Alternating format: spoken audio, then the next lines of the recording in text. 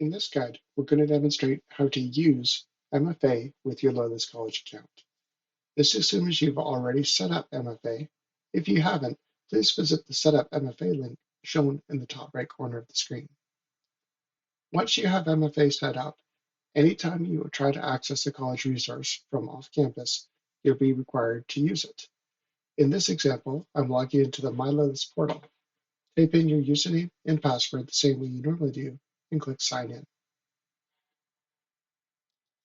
You will see that your computer screen gives you a number and your mobile phone is asking you to approve sign in.